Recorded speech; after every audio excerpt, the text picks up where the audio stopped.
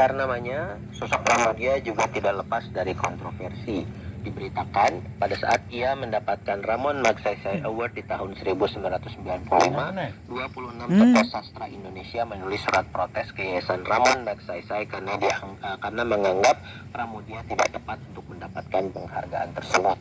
Akan tetapi beberapa hari kemudian Taufik Ismail, salah satu sastrawan Indonesia, sebagai pramakarsa dari surat protes tersebut meralat pemberitaan itu. Katanya ia bukan menuntut pencabutan tetapi mengingatkan bahwa siapa itu Pramudia. Keterlibatannya dalam politik kiri menjadi salah satu acuan dari Taufik Ismail. Selain itu, pemberian penghargaan Magsaysay juga dikatakan sebagai suatu kecerobohan. Akan tetapi di pihak lain, Mokhtar Lubis malah mengancam mengembalikan hadiah Magsaysay yang dianugerahkan padanya di tahun 1958 jika Pram tetap akan dianugerahkan hadiah yang sama. Lubis juga mengatakan HB Yassin pun akan mengembalikan hadiah Magsaysay yang telah diterimanya. Namun demikian, ternyata dalam pemerintahan berikutnya, HB Yassin malah mengatakan yang lain sama sekali dari pernyataan Mokhtar Lubis tersebut.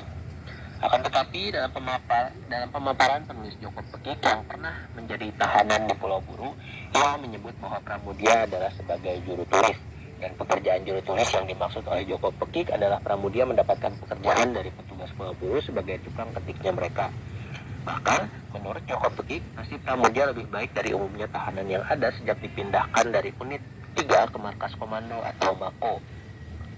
Statusnya sebagai tokoh seniman yang oleh media disebarluaskan secara internasional menjadikan dia hidup lebih baik dalam penahanan saat itu.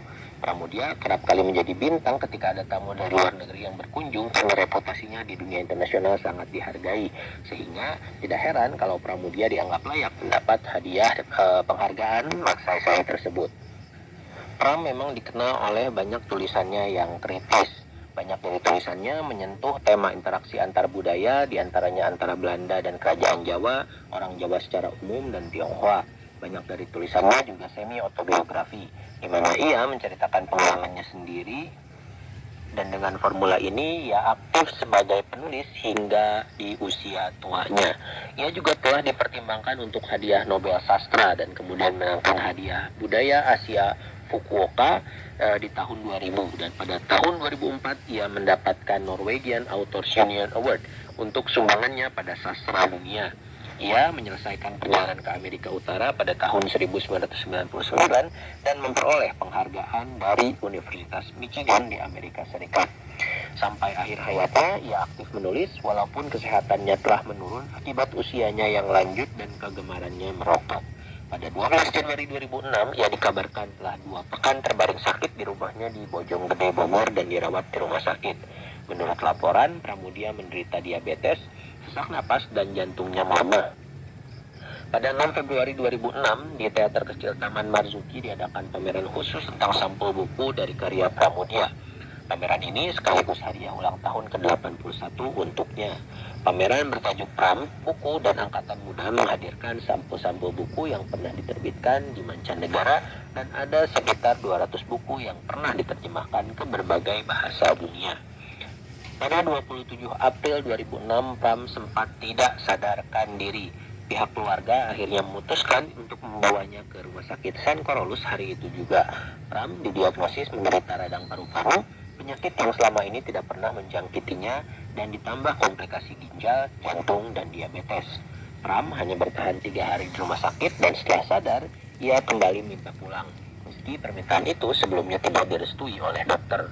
Pram bersikeras ingin pulang Sabtu 29 April sekitar pukul 7. Begitu sampai di rumahnya, kondisinya memang jauh lebih baik. Meski masih kritis, Pram disebut sudah bisa memeringkan badannya dan menggerak-gerakkan tangannya. Kondisinya sempat memburuk lagi pada pukul 8 dan Pram masih dapat tersenyum dan mengepalkan tangan ketika sastrawan Eka Budianta menjenguknya. Pram juga tertawa saat dibisiki para penggemar yang menyinggungnya bahwa Soeharto masih hidup. Kondisi Pram memang sempat membaik, lalu kritis lagi. Pram kemudian sempat mencopot selang infus dan menyatakan bahwa dirinya sudah sembuh. Dia lantas meminta disuapi vermouth dan meminta rokok. Tapi tentu saja permintaan tersebut tidak diluluskan keluarga. Mereka hanya menempelkan batang rokok di mulut Pram tanpa menyurutnya. Kondisi tersebut bertahan hingga pukul 10. Setelah itu beberapa kali dia kembali mengalami masa kritis. Pihak keluarga pun memutuskan menggelar tahlilan untuk mendoakan Pram. Pasang surut kondisi Pram tersebut berlangsung hingga pukul 2 dini hari. Saat itu dia menyatakan agar Tuhan segera menjemputnya dengan ucapan, "Dorong saja saya." Namun teman-teman dan kerabat yang menjaga Pram tak lelah memberi semangat hidup baginya. Rumah Pram yang asri tidak hanya dipenuhi anak, cucu, dan cicitnya, tetapi juga teman-teman hingga para penggemarnya ikut menunggui Pram. Kabar meninggalnya Pram sempat tersiar pukul 3 dini hari. Tetangga-tetangga sudah menerima kabar duka tersebut. Namun pukul 5 mereka kembali mendengar bahwa Pram masih hidup. Terakhir ketika ajal menjemput, Pram disebut sempat mengerang, "Akhiri saja saya, bakar saya sekarang," katanya. Pada 30 April 2006 pukul 9, Pramudia Anantatur wafat dalam usia 81 tahun. Nah, demikian sosok dari seorang Pramudia Anantatur, salah seorang penulis Indonesia yang pengaruhnya ini sangat luar biasa, tidak hanya bagi para penulis di Indonesia, tapi juga karya-karyanya mengilhami banyak karya-karya luar biasa di banyak belahan dunia. Nah, karena waktu juga sudah mau habis, maka saya Irfan Muhammad undur diri. Tetap mendengarkan RTI dan juga acara apa dan siapa pekan depan dalam situasi yang sehat selalu, dan mari lebih banyak lagi menggali inspirasi. Maafkan aku tak sempurna, cinta ini tak mungkin ku jaga. Halo, saya Rosa, pantau terus RTI Radio Taiwan International.